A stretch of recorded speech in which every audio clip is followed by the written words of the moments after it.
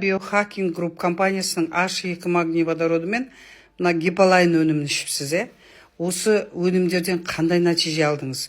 Көрермендерге не деген болар едіңіз? Қандай кеңес берген болар едіңіз? Мен жалпы магний водород өнімінен бастадым. Магний водородтың бірінші адамға беретіні ол күш қуат, әлсіздік кетті, ұйқым келіп, мазам кетіп жүретін, ол кетті, қала бере қан қысымым жоғары болатын, ол қалпына келді. Енді оң жақ қабырғамның асты түйіп ауыратын бауырым. Біз енді оның себептерін барлықтарыңыз білесіздер. Біз енді майлы тамақ бар, оны кешке жейтініміз бар, қала бере көлемін көп жейтініміз бар. Осының бәрі ұйқысыздыққа төңбекшіп, ары аунап, бері аунап, ұйқының мазасын алатын, жүрек көтеріліп, ауызға әтші дәм пайда болатын. Осының бәрін гипалайн дәрісін ішіп, осының бәрі орнына келді.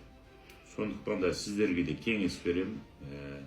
Осы өнімдерді ішіңіздер, керемет өнім, және де сіздерге шипа болсын. Рахметіңіз, Сағынбек мырза.